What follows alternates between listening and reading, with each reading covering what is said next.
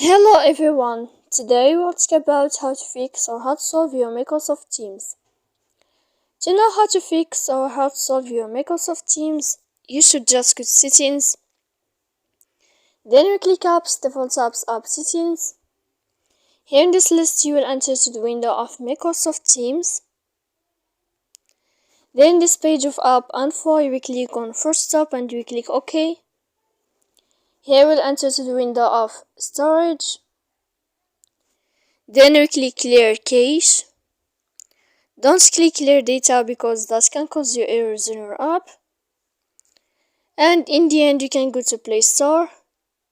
You can search about Microsoft Teams if you'll find here updates. Then you can update your app. So please don't forget to support us by like and subscribe. See you next time in another video and thank you for watching.